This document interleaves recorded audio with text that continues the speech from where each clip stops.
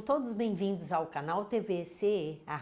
Antes de iniciarmos o estudo de hoje, clique em gostei, se inscreva no canal e compartilhe para ajudar a divulgar os seus conteúdos. Hoje nós vamos estudar sobre o direito de propriedade roubo, das perguntas 880 a 885. Na pergunta 880, qual o primeiro de todos os direitos naturais do homem? E eles respondem, o de viver.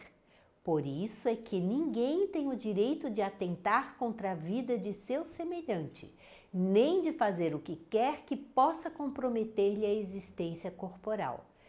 Então, o direito de viver é inalienável, é um direito do ser humano. E ninguém, sob circunstância nenhuma, tem o direito de tirar a vida de um ser humano. Então, nós vamos ver várias justiças espalhadas pela face da terra, várias leis, vários códigos de leis, regendo de maneira diferente essa lei da vida, né? Esse direito à vida. E aí, cada país vai responder por aquilo que faz, pelas leis que elabora, diante da sociedade, porque o ser humano ainda precisa caminhar muito para alcançar a justiça divina, para se igualar. Isso vai acontecer numa sociedade mais justa, numa sociedade mais evoluída. O homem vai entender o direito à vida que cada ser humano tem, e nenhum de nós tem o direito de tirar a vida do outro em nenhuma circunstância. Na pergunta 881, o direito de viver dá ao homem o de acumular bens que lhe permitam repousar quando não mais possa trabalhar? O homem tem esse direito de acumular bens para usar quando não puder mais trabalhar, quando já estiver numa idade mais avançada? E eles respondem que dá, mas ele deve fazê-lo em família, como a abelha, por meio de um trabalho honesto e não como egoísta. Há mesmo animais que lhe dão o exemplo de previdência.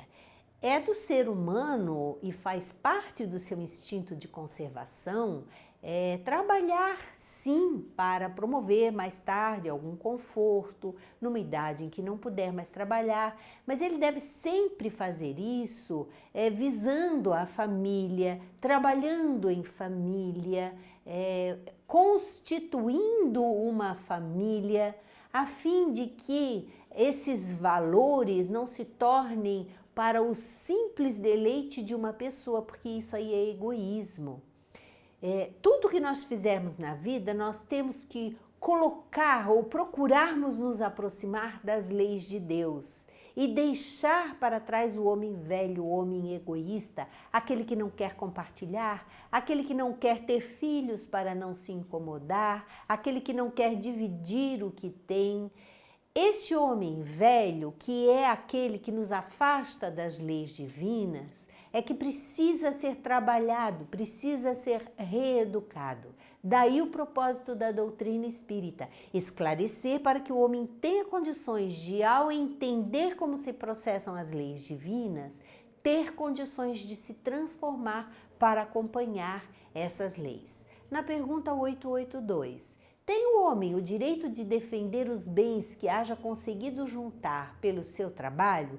E o homem tem direito de defender os seus bens? E eles respondem, não disse Deus não roubarás? E Jesus não disse dai a César o que é de César? Vamos entender, Kardec faz uma nota esclarecendo.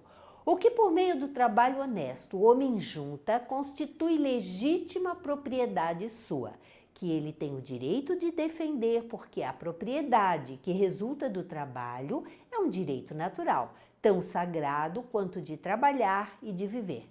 Se o homem adquiriu algum bem com o trabalho honesto, com o seu suor, ele tem o direito sim de defender aquilo que ele conquistou. E aí, é claro, usando das leis humanas para que possa se defender. Agora, nós sabemos também quantas situações nós vivemos, ou o ser humano vive aqui na Terra, em que ele perde até mesmo aquilo a que ele tinha direito. Nisso já constitui uma expiação, um processo em que ele está resgatando alguma coisa que ele fez no passado. E a nossa conduta, quando estivermos passando por algo assim, deve ser sempre o da tolerância, da paciência e da resignação. Procurarmos sim pelos nossos direitos, mas ao mesmo tempo entendendo que algo assim não acontece por acaso. Cada um de nós que nos sentimos prejudicados de alguma forma, nós temos o direito de buscar aquilo que é nosso através das leis humanas, mas sabendo de antemão que não adianta nos desesperarmos, não adianta querermos nos vingar, não adianta querermos fazer as coisas do nosso jeito, porque nós temos uma tendência muito grande a nos irar, nos revoltar, e isso não vai fazer bem a esse processo de resgate. Na pergunta 883, é natural o desejo de possuir alguma coisa, algum bem, alguma coisa material? E eles respondem que sim, mas quando o homem deseja possuir para si somente, para a sua satisfação pessoal, o que há é egoísmo. Neste caso, como eles já nos explicaram, nós devemos procurar sempre trabalhar em família, trabalhar pelo bem da família, nos doando também, e não vivendo excluídos do mundo, vivendo uma vida egoísta somente para os nossos prazeres, porque assim nós vamos acabar, como diz Joana de Ângeles, num vazio existencial. Nós vamos acabar insatisfeitos com a nossa própria vida.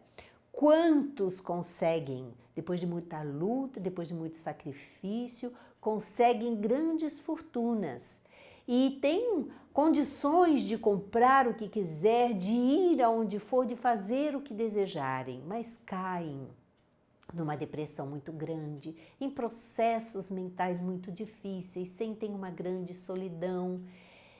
E quando a vida é compartilhada com a família, com os amigos, com os irmãos de jornada, com certeza tudo se torna muito mais, com um objetivo muito mais nobre a nossa existência. Na pergunta 883A, não será, entretanto, legítimo o desejo de possuir, uma vez que aquele que tem de que viver a ninguém é pesado? Não é um direito nosso, porque se a gente tem do que viver, a gente não vai depender de ninguém. E eles respondem, há homens insaciáveis que acumulam bens sem utilidade para ninguém, ou apenas para saciar suas paixões. Julgas que Deus vê isso com bons olhos? Aquele que, ao contrário, junta pelo trabalho, tendo em vista socorrer os seus semelhantes, pratica a lei de amor e caridade. E Deus abençoa o seu trabalho.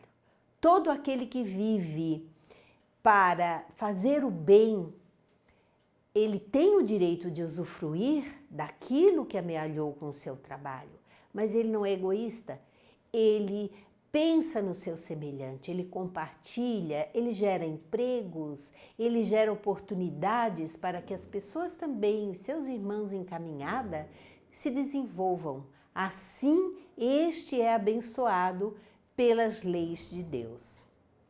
Na pergunta 884, qual o caráter da legítima propriedade?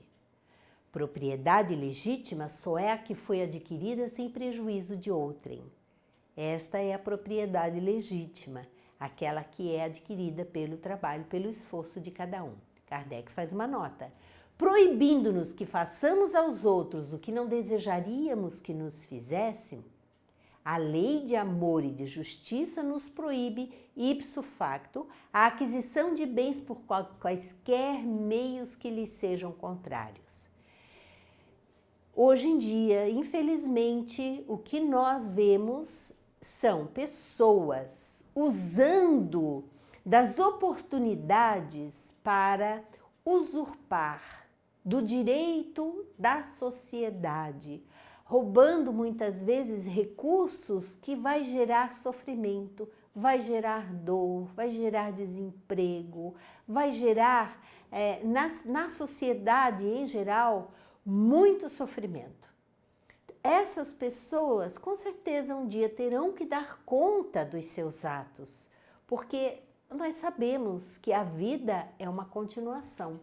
E se você se afasta das leis de Deus e não respeita o direito à propriedade do seu semelhante, você está atraindo para você condições muito difíceis para próximas existências.